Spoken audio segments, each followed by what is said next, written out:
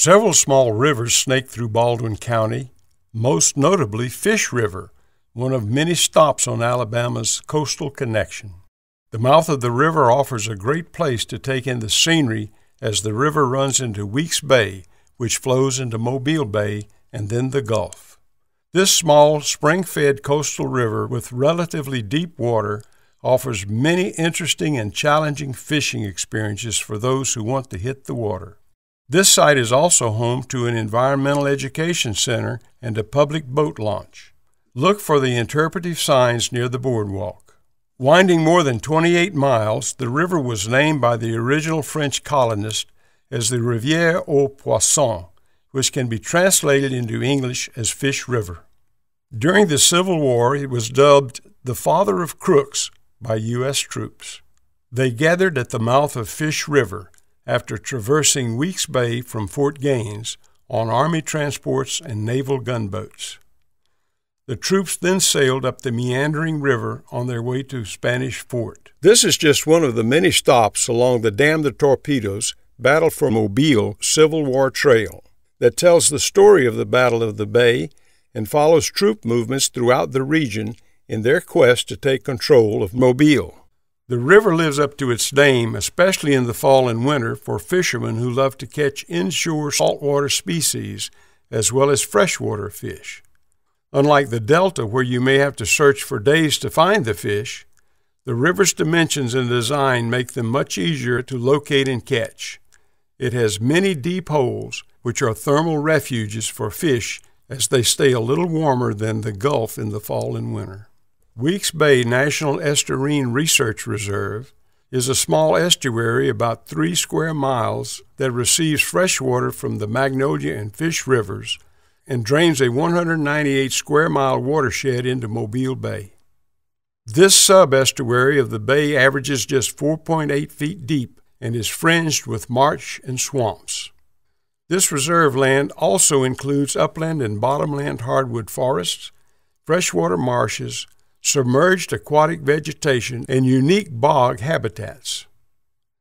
It is also an important nursery for shrimp, bay anchovy, blue crab, and many fish, as well as crustaceans and shellfish that support the commercial fisheries.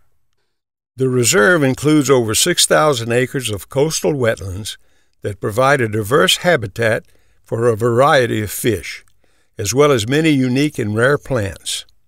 This is also an important site of scientific research on estuarine ecology. The Weeks Bay Interpretive Center is open to the public and provides an opportunity to learn about coastal habitats through exhibits, live animal displays, and a collection of regional plants. Self-guided nature trails wind through wetlands, marshes, bogs, and forests. Weeks Bay National Estuarine Research Reserve is also the habitat for more than 330 species of birds and more than 50 mammals, 3 of which are endangered, including the Florida black bear, the marsh rabbit, and the bayou gray squirrel. This ecosystem is ever-changing, and the Interpretive Center offers a great overview of the estuary. Want a great bike ride distinguished by history and charm? Explore the Eastern Shore Trail, a paved multi-purpose recreational trail that runs along the eastern shore of Mobile Bay. Pass through the towns of Fairhope, Point Clear, Daphne, and Spanish Fort, and plan a stop at the USS Alabama Memorial Park at the battleship on the causeway. The trail offers excellent views of Mobile Bay and ample opportunities for sightseeing, dining, and shopping. Largely constructed of concrete or asphalt, with some bridges, both wood and metal, it is an easy and pleasant ride. You'll see many attractions along the way, from wilderness parks to sophisticated waterfront resorts. Another stop, Gator Alley Boardwalk in Daphne, is a half-mile boardwalk over D'Olive Creek for viewing wildlife, including alligators and turtles. The trail runs nearly the entire length of scenic US 98 for a total of 24 miles one way. It is an excellent way to enjoy views of the bay and experience a pleasant town-to-town ride with a minimum of on-road riding. Up Highway 98 is the picturesque town of Fairhope. The city began as a dream in the minds of a group of individuals who were seeking their own special utopia. According to legend, one of the groups said the new colony had a fair hope of success, and the community of Fairhope was born. The first single-tax colonists called this because they believed no taxes other than a single land tax should be levied, looked at land throughout the South and Midwest before settling in 1894 on a high bluff overlooking Mobile Bay.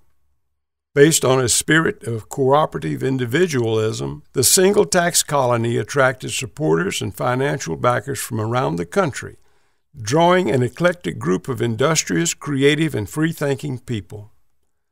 This background is the foundation of the spirit of Fairhope. The city of Fairhope was established with around 500 residents in 1908, taking over responsibility for all municipal services.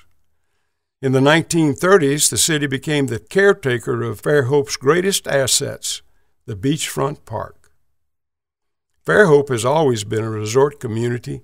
Early visitors came by bay boat from Mobile to vacation in the small bay cottages and hotels along the bluff.